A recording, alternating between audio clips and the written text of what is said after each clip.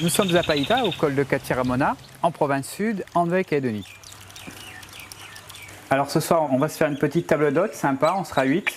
Donc uniquement produits des jardins aux alentours de la maison. Là, je vais faire un petit rougail de tomates avec mes tomates de mes mamies Kanak que j'ai été chercher hier après-midi. Donc ça sera un poisson au four avec un rougail de tomates et un petit riz au coco et coco pressé aussi tout naturel. Le côté quand même plus important par rapport à notre table d'hôte, c'est qu'on essaye d'avoir des légumes en général bio. C'est pas toujours facile à trouver du vrai bio encore en Calédonie, sauf bon voilà, on a des petites antennes, les tribus, nos mamies, nos amis, et ça se passe très très bien.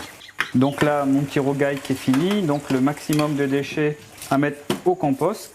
À partir de là, ça nous fera de l'engrais d'ici quelques mois pour le jardin, qu'on verra un peu plus tard.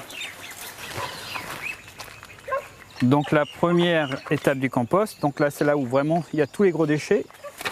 À savoir que toutes les personnes du gîte, ont tous 6 cuisines, donc les 6 cuisines sont équipées du même petit seau, donc le bac se remplit assez vite, donc c'est la première partie.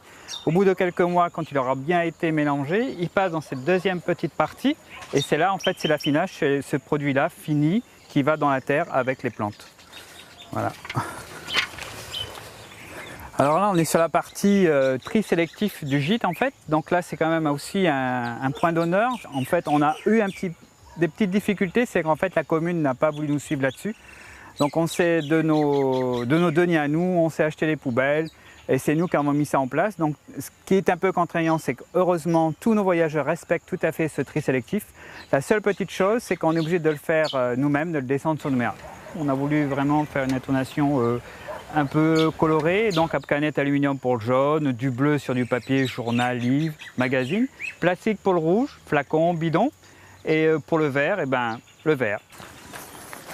Donc là, pour continuer sur la partie écologique, là, on s'est fait installer un chauffe-eau pour tout ce qui est à point d'eau chaude du gîte, c'est-à-dire qu'on est quand même à plus de 6 salles de bain. Et ce chauffe-eau qui est un petit peu révolutionnaire, pourquoi? Parce que le soleil, dès qu'il sort, il tape même sur le côté, donc sur le dessus, et voire même au plus bas du soleil, parce que ce sont des tubes. L'avantage, c'est qu'on a aussi rajouté donc, une cuve de 300 litres dans le plafond, donc on tourne en général entre 600 litres d'eau chaude en permanence, à savoir qu'il alimente donc les salles de bain, le lave-vaisselle et la machine à laver. Donc à aucun moment, on a besoin d'un appoint électrique, donc ça reste quand même pratique et ça se ressent vraiment beaucoup sur la facture électrique.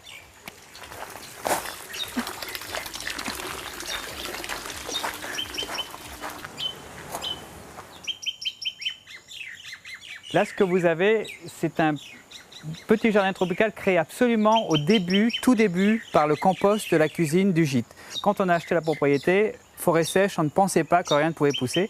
Donc on s'est mis à avoir plusieurs idées, à donner de notre force. Et avec beaucoup de travail, beaucoup de volonté, on a creusé sur 50 cm. Donc en dessous, vous avez du compost de la maison.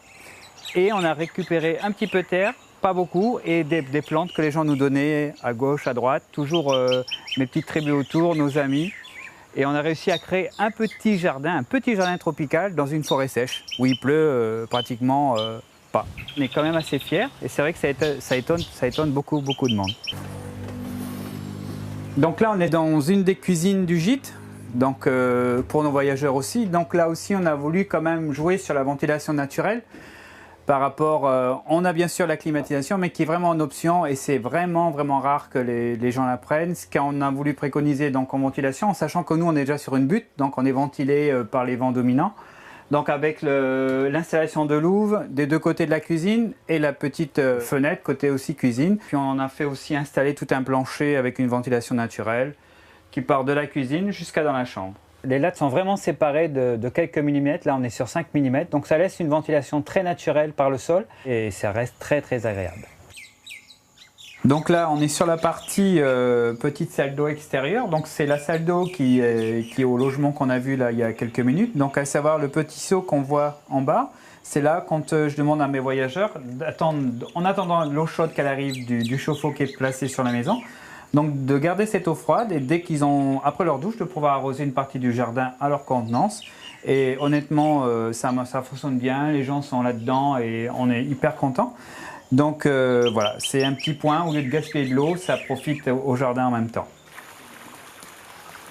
Alors je pense qu'on a quand même créé quelque chose de plus ou moins sympa, plus ou moins éco. C'est vrai qu'on n'a pas vraiment les moyens pour investir sur beaucoup de choses comme on voudrait, éoliennes, entre autres. Mais voilà, le projet futur, c'est d'acheter une cuve assez conséquente pour récupérer toute l'eau de pluie qu'on a avec tous les toits qu'on a qui seront connectés sur cette cuve. Il est vrai qu'avec tous les petits gestes journaliers qu'on arrive à faire et à reproduire avec nos voyageurs, on arrive à plus ou moins préserver une partie de notre environnement.